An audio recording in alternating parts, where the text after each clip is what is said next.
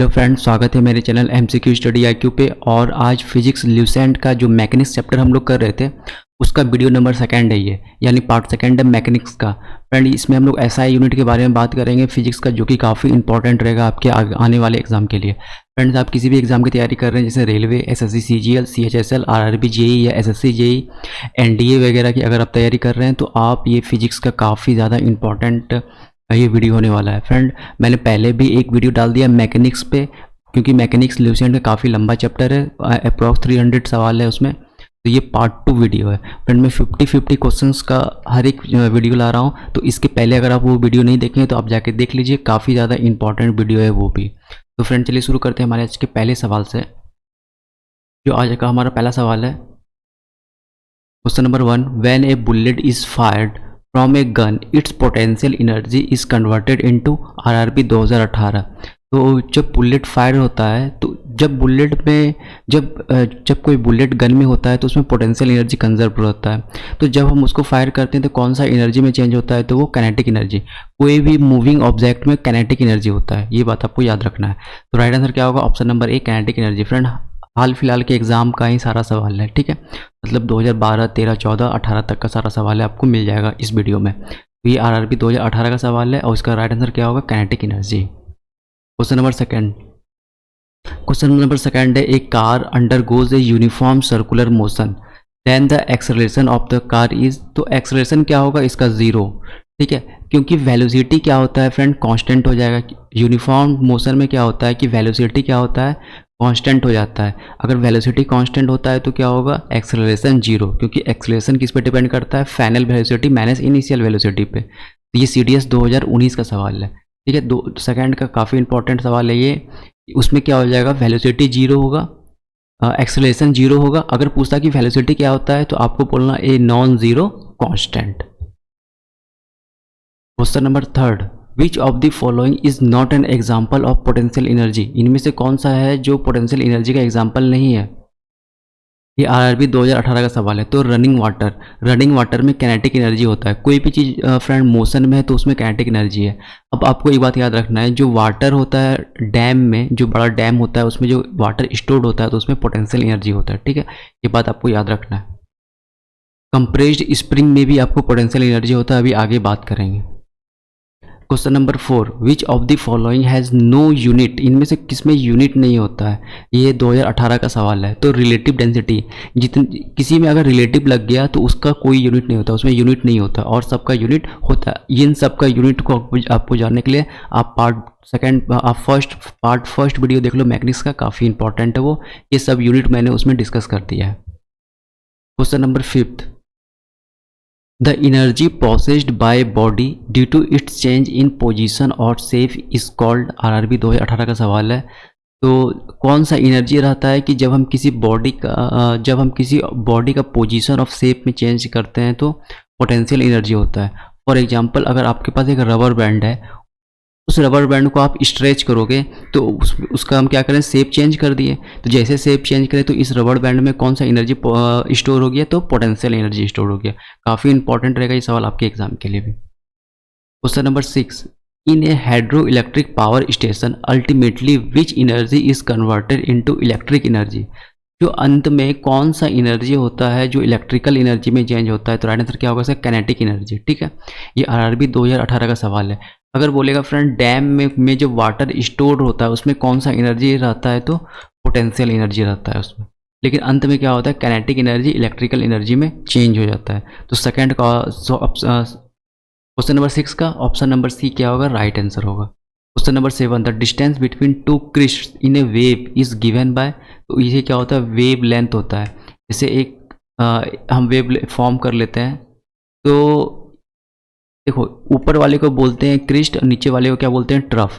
तो ये जो क्रिस्ट है, इस दोनों क्रिस्ट के बीच का डिस्टेंस क्या कहलाता है? वेवलेंथ। इसी को हम लेमडा से डिनोट करते हैं। ये बात याद रखना है फ्रेंड, काफ़ी इंपॉर्टेंट रहेगा आपके एग्जाम के लिए। क्वेश्चन नंबर 7 भी बहुत इंपॉर्टेंट है। Question number 8, kinetic energy is given bye railway का इजी क्वेश्चन। तो काइनेटिक एनर्जी क्या होता है? Half mv²। Option number A is right answer. Part first भी वीडियो में काफ़ी ज़्यादा काइनेटिक एनर्जी पे सवाल पूछा है रेलवे, ठीक है, तो आप वो भी वीडियो जाके देख लीजिए, बहुत ही ज़्यादा इंपॉर्टेंट वो वीडियो है।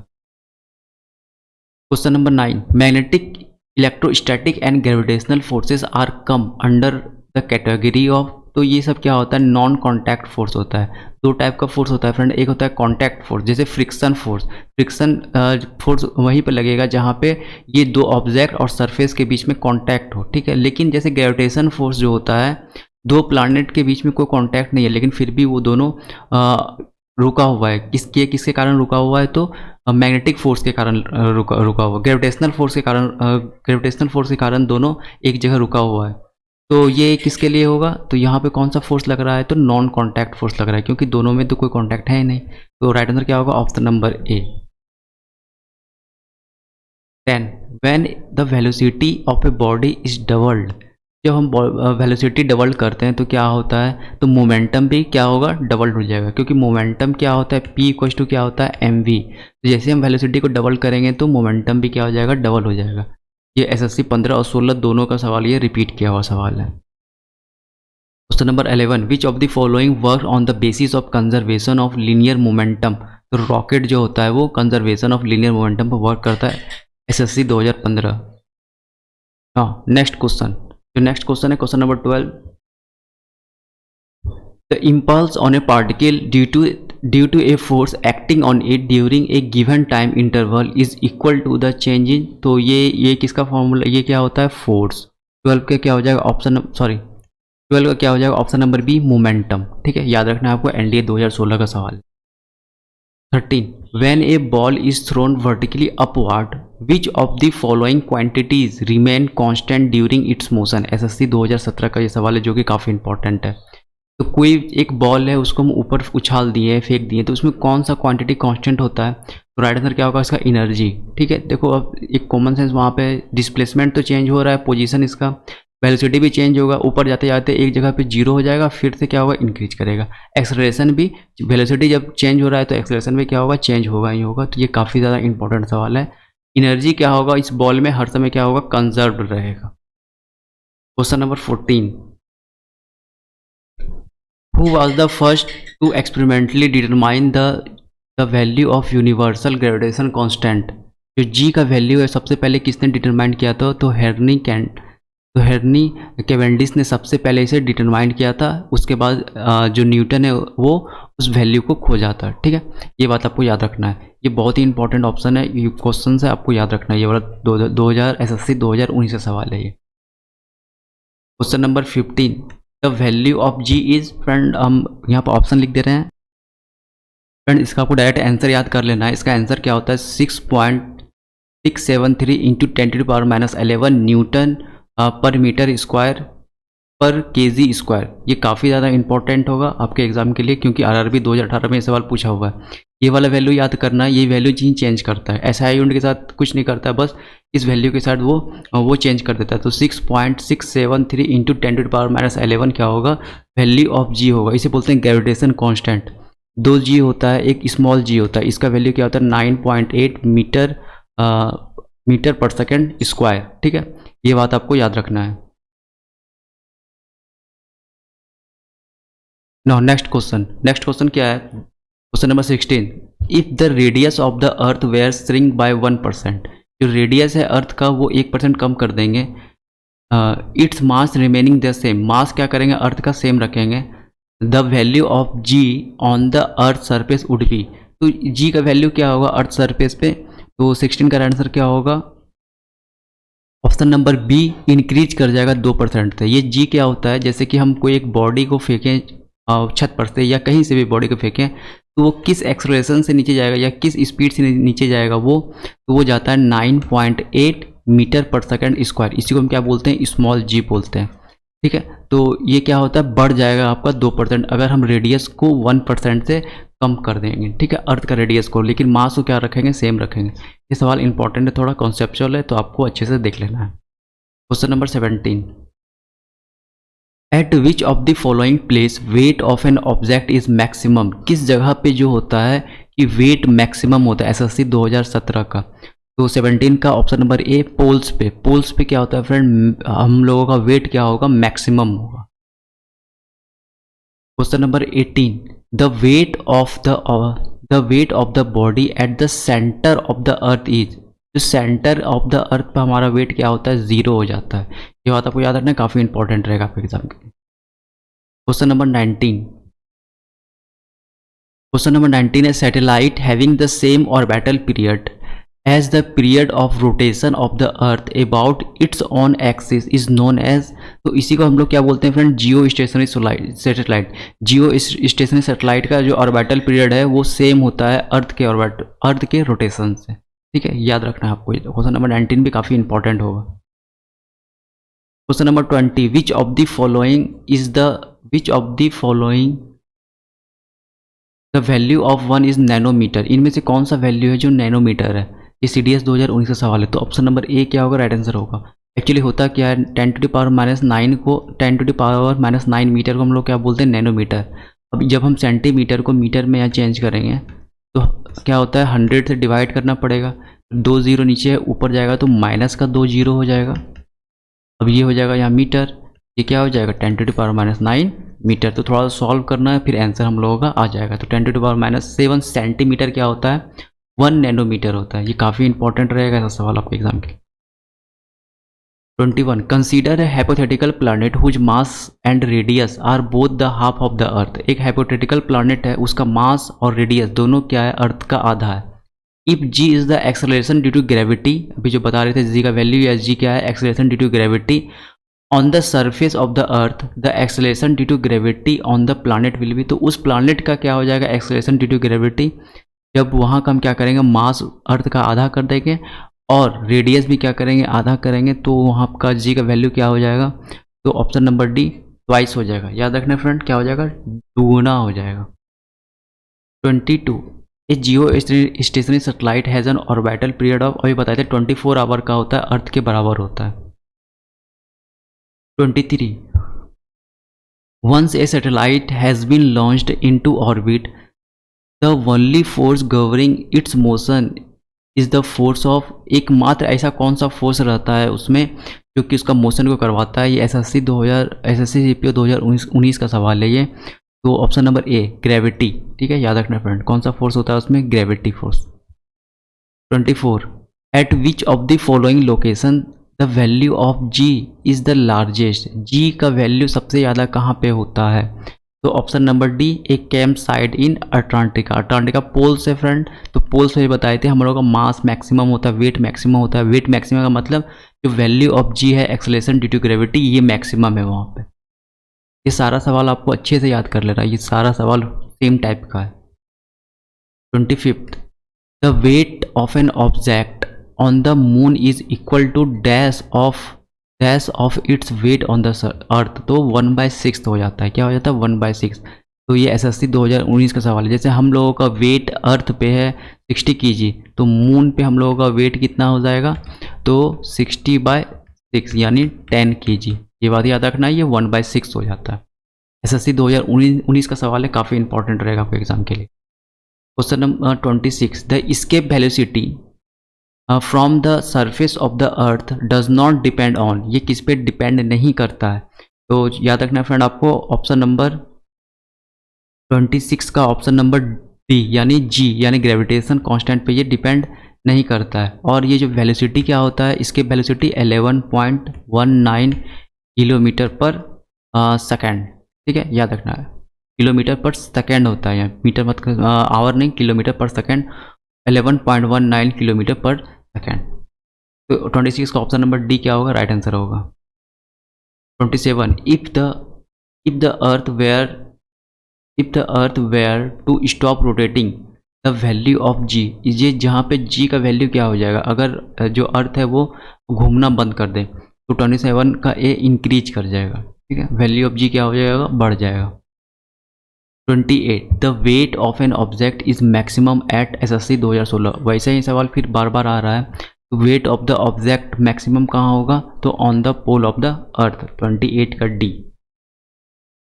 29 है the momentum of a body is 50 kg metre per second and its velocity is 5 metre, what is the mass of the body. Momentum क्या होता है, मास इंटू वेलोसिटी। तो हमको क्या निकालना, मास निकालना है। तो मास का फॉर्मूला क्या हो जाएगा, मोमेंटम बाय वेलोसिटी। मोमेंटम कितना दिया हुआ है, 50 kg metre per second upon velocity कितना है 5 मीटर पर सेकेंड, तो ये क्या हो जाएगा 10 मीटर पर सेकेंड खत्म हो जाएगा केजी, यानी option number A right answer. ये फॉर्मूला याद रखना है, पी इक्वल्स टू क्या होता है mass into velocity. Now next question, question number 30।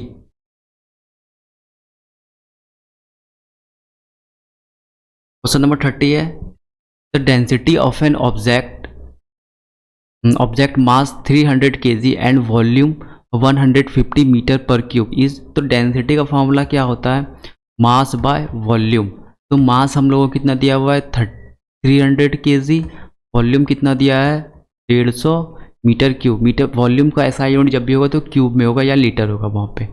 तो इसका आंसर क्या हो जाएगा, ये दो बार में ख़त्म, तो केजी पर मीटर क्यूब। यहाँ पे देखो KG per metre cube, option number D क्या होगा राइट आंसर। देखो यहाँ पे सब में दो दो ही हैं, हम लोगों को ऐसा यूनिट पता करना है जिसको पता होगा कि मास बाय वॉल्यूम, ऊपर मास नीचे वॉल्यूम आएगा, तो वो क्या करेगा डायरेक्ट आंसर ऑप्शन टिक करके आ जाएगा। डेंसिटी का फॉर्मूला याद रखना, अभी और आगे सवाल मिलेगा आपको डेंसिटी पर। मास बाय वॉल्यूम होता है डेंसिटी, फॉर्मूला पुट कर लेना आंसर आ जाएगा, फॉर्मूला बेस्ड। रेलवे 2018 का ये सवाल पूछा हुआ है। 31 the symbol of SI unit inductance H is stand for. H किसको स्टैंड करता है हेनरी को। एनडीए 2017 का सवाल है। 32 what will be the weight of an object on the surface of the earth whose mass is 10 kg on the moon surface.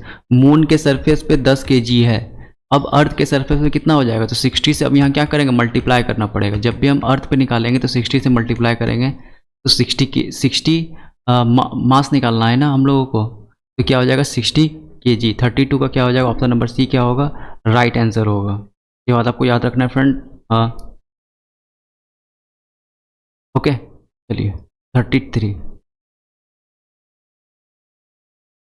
Soap bubble at an spherical shape due to SSC 2017 का सवाल है। जो soap bubble है वो spherical shape लेता है, क्यों किस लिए, वो तो सरफेस टेंशन।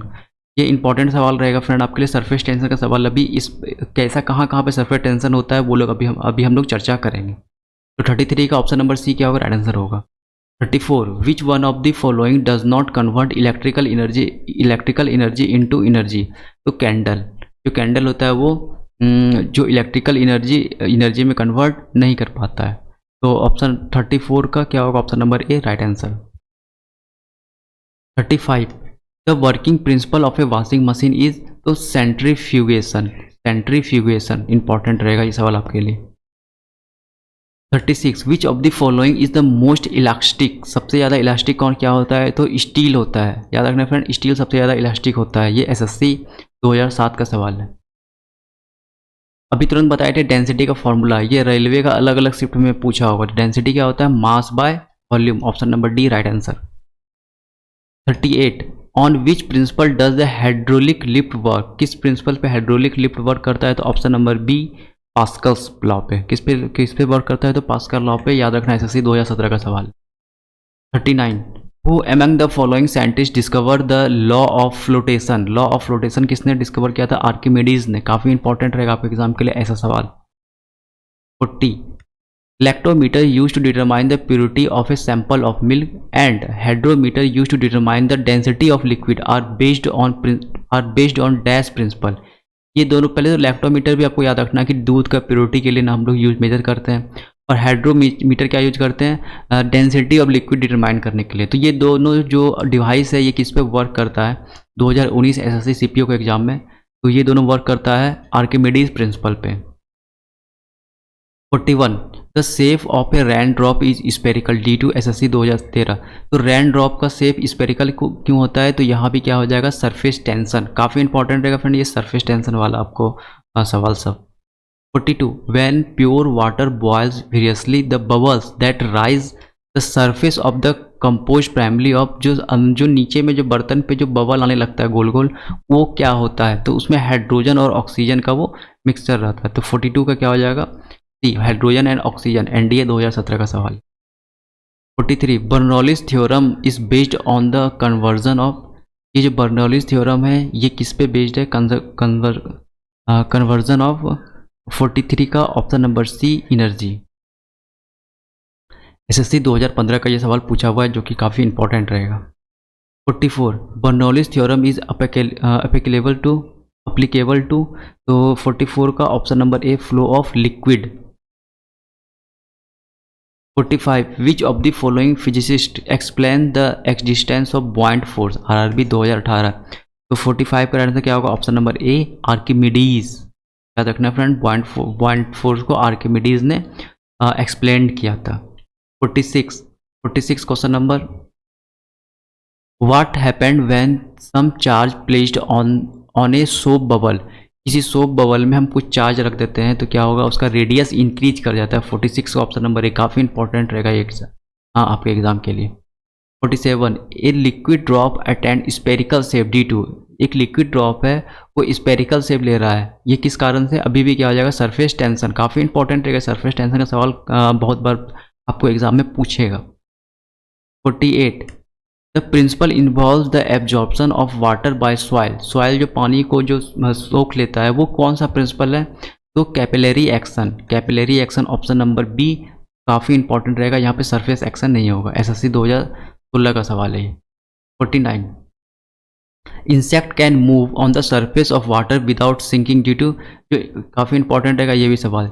इंसेक्ट है वो वाटर में आराम से क्या होता है, वो तैर सकता है, वो क्यों नहीं डूबता है, तो राइट आंसर क्या होगा 49 का option number C surface tension of water, यहाँ भी क्या हो जाएगा, सरफेस टेंशन ऑफ वाटर, काफ़ी इंपॉर्टेंट रहेगा।